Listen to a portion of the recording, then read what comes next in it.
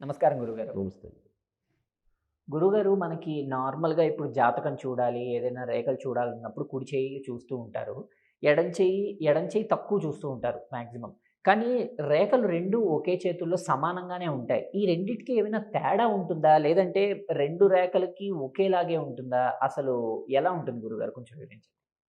సాధారణంగా మాక్సిమం 2 హస్తాల్లో రేఖలు వేరు వేరుగా ఉంటాయి. ఆ! ఇప్పుడు ఫర్ ఎగ్జాంపుల్ నా హ్యాండ్ చూడండి. ఓకే. ఇది డిఫరెంట్‌గా ఉంటుంది. హ్మ్. రేర్ హ్మ్. కేసెసెస్‌లో మాత్రం సమానంగా ఇది కూడా సమానంగా ఉంటుంది. ఇదేంటంటే మనం సపోర్టింగ్ లైన్స్ అని చెప్తూ ఉంటాం. ఆహా! పురుష జాతకంలో ఇది స్త్రీ యొక్క విశేషాలు తెలియజేస్తూ ఉంటది. హ్మ్. స్త్రీ జాతకంలో కుడి చెయ్యి పురుషుని యొక్క విశేషాలు విశేషాలు తెలియజేస్తూ చెప్తూ ఉంటుంది. ఉంటుంది. మరి మీకు ఇంకో అనుమానం రావచ్చు, మరి పెళ్లి కాని వారికి ఏం తెలియజేస్తదంటే ఆహా! వారి యొక్క గత జన్మ బాల్య విశేషాలు అనేటువంటివి దీంట్లో చెప్పొచ్చు. హ్మ్. హ్మ్. కొంతవరకు హ్మ్. మనం దాంట్లో సపోర్ట్ చేసి చెప్పడానికి, అది ఎక్స్‌పీరియన్స్‌డ్ ఆస్ట్రాలజర్ అయితే, ఇది పామిస్ట్ అయితే గనక ఓకే. ఇది చెప్పగలుగుతాం. ఎడమ చేతులు. ఇది ఎడమ చేతిని బట్టి. దీంట్లో రేఖ యొక్క స్థితిగతి ఎలా ఉంది? దీంట్లో ఏమన్నా దాన్ని సపోర్ట్ చేసేటువంటి, ఇప్పుడు ఫర్ ఎగ్జాంపుల్ మనకి హెడ్‌లైన్ ఉంది. హ్మ్. ఈ హెడ్‌లైన్ ఇక్కడ బ్రేక్ అయింది. ఇక్కడ కూడా బ్రేక్ అయిందా లేదా చూసుకుంటాం. ఓహ్! ఒకవేళ ఇక్కడ ప్రాబ్లమ్ ఉంది, ఇక్కడ గనక బావుందనుకోండి. ప్రాబ్లమ్స్ అయితే ఉంటాయి గానీ, అది రెక్టిఫికేషన్ మోడ్‌లోకి వెళ్తాయంటాయని చెప్పొచ్చు. పర్వాలేదు. ఓకే. ఏది వారు ఆచరించేటువంటి పరిహారం గానీ, లేపోతే ఏదైనా వారి యొక్క మనస్తత్వాన్ని ఒక సన్మార్గంలో నడిపించుకోవడం గానీ, ఇటువంటివి చేసినప్పుడు ఇవి సపోర్ట్ చేసి తీసుకెళ్తా ఉంటాయి. ఒకవేళ అటు ఇటు 2 వైపులా బ్రేక్ ఉంది బ్రేక్ అంటారు. ఉందనుకోండి, ఆ ప్రభావం చాలా ఎక్కువగా ఉంటుంది హ్మ్. వారి యొక్క హస్తాల్లో. ఏ లైన్ అయినా సరే, ఇప్పుడు హార్ట్ లైన్ తీసుకోండి, లేకపోతే హెడ్ లైన్ తీసుకోండి, అలాగే లైఫ్ లైన్ తీసుకోండి. హ్మ్. ఏ లైన్ అయినా సరే దీంట్లో 2 చేతుల్లో బాగుండడమే చాలా వరకు ఉత్తమం. ఉత్తమం. ఒక చేతిలో బాగోకుండా ఇంకొక చేతిలో బాగుంటాయి. ఓకే. ఇప్పుడు ఫర్ ఎగ్జాంపుల్ దీంట్లో పాడైంది, ఆ! దీంట్లో బాగుంది. హ్మ్. హ్మ్. హ్మ్. కాంపెన్సేషన్ అంటే చేయాలి. మ పురుష జా పురుష హస్తంలో ఈ చేతిలో పాడైపోయి, ఈ చేతిలో బాగుందనుకోండి, ప్రాబ్లమ్ అనేటువంటిది ఉండదు. ఇన్నర్‌గా ఉంటాయి. ఆహా! కానీ అది పెద్దగా బహిర్గతం కాదు. చిన్న చిన్న వాటి వల్ల ఇది క్లియర్ అవుతాయి. ఓకే. ఇప్పుడు ఏదైనా ఒక హెల్త్ ఇష్యూ వచ్చింది. దీంట్లో తెలిసింది. దీంట్లో ఆ లైన్ బావుందనుకోండి, హ్మ్. హ్మ్. వాడికి మంచి డాక్టర్ దొరకడం ద్వారానో, లేకపోతే మంచి మెడిసిన్ దొరకడం ద్వారానో ఏదో అటువంటివి జరుగుతూ ఉంటాయి. ఇక్కడ పాడైపోయింది, ఇక్కడ ఉందనుకోండి. హ్మ్. ఆ రోగాన్ని వీరు అనుభవించిన తర్వాత రెమెడీ జరుగుతుంది. ఇక లాజిక్ మనం ఓహ్! జాగ్రత్తగా ఆలోచించాలి. ఓకే. దానికి దీనికి ఓకే. బ్యాలెన్స్. ఇది దీంట్లో ప్రాబ్లమొస్తే ఇది అత్యంత సులువుగా సులువు. మనకి దొరుకుతుంది. ఇది పెద్దగా ఆ యొక్క ఎఫెక్ట్ అవ్వదు. ఎఫెక్ట్ అనేటువంటిది పడదు.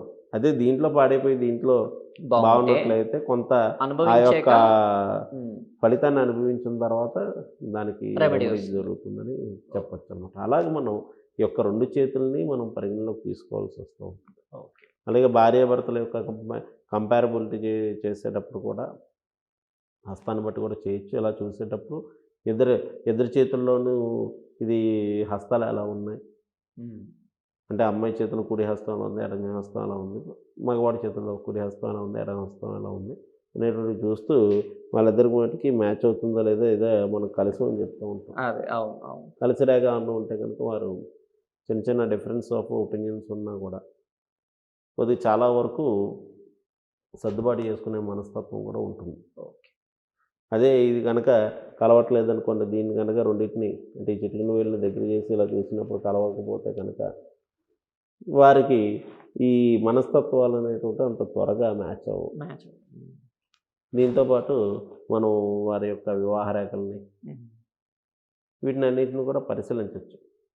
అంటే మనం చెప్పేదంటే 2 రేఖల్ని మనం అంటే మనం చెప్పింది కాదు. ఆహ్, మన పూర్వీకులు, పెద్దలు చెప్పిందేంటంటే 2 చేతుల్లో ఉండేటువంటి రేఖలను పరిశీలించి వా వాటిని బట్టి ఫలిత నిర్ధారణ అనేటువంటిది చేసుకోవాలి. చేయమన్నారు గానీ, ఏదో ఒక హస్తాన్ని పరిశీలించి నిర్ధారణ అనేటువంటిది కష్టం. కష్ ఇంకా మరీ ఎక్స్‌పీరియన్స్‌డ్ ఆస్ట్రాలజర్ అయితే ఒక హస్తాన్ని బట్టి కూడా చెప్పగలిగినటువంటి చెప్పేస్తారు. కెపాసిటీ ఉంటుంది ఓకే.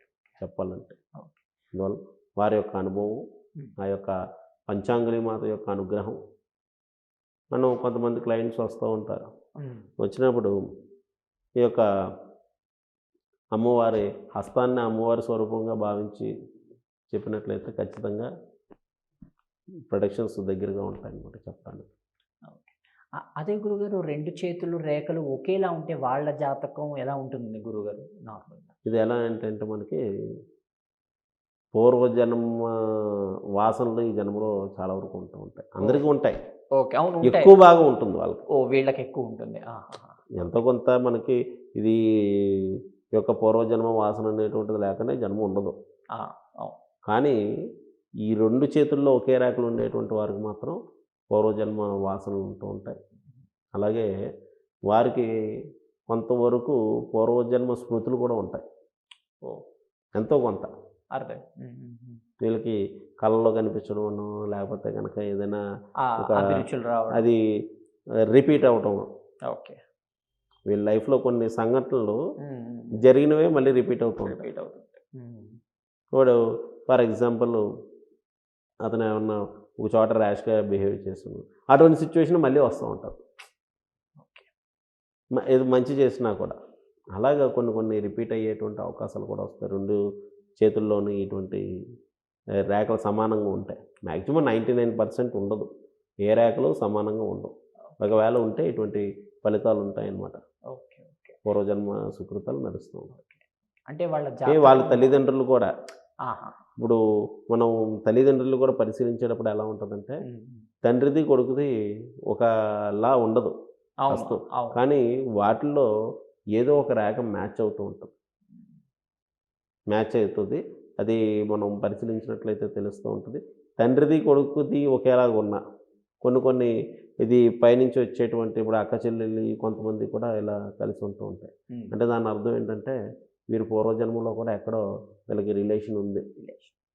అంటే పూర్వజన్మ అనేటువంటిది ఏ రిలేషన్ అయినా ఉండొచ్చు. అవునవును. అందువల్ల అంటే పూర్వజన్మలో వీళ్ళు స్నేహితులైతే ఇప్పుడు ఈ జన్మలో అక్క చెల్లెలు కూడా పుట్టొచ్చు. కరెక్ట్. అలాగా వీరికి ఏమవుతుందంటే ఈ యొక్క కోఆర్డినేషన్ అనేటువంటిది ఉండి నడుస్తూ ఉంటుంది. చాలా చక్కగా వివరించారు గురుగారు. ధన్యవాదాలు. అంతుచిక్కని రహస్యాలు, మరెన్నో మనకి తెలియని పురాతన కట్టడాలు, వాటి వెనక దాగిన నిజాలు, పూర్వీకుల ఆచారాలు, మరెన్నో మూఢ విశ్వాసాలు, ఇలా కాలగర్భంలో కలిసిపోతున్న రహస్యాల కొరకు సబ్స్క్రైబ్ చేయండి రహస్యవాణి ఛానల్.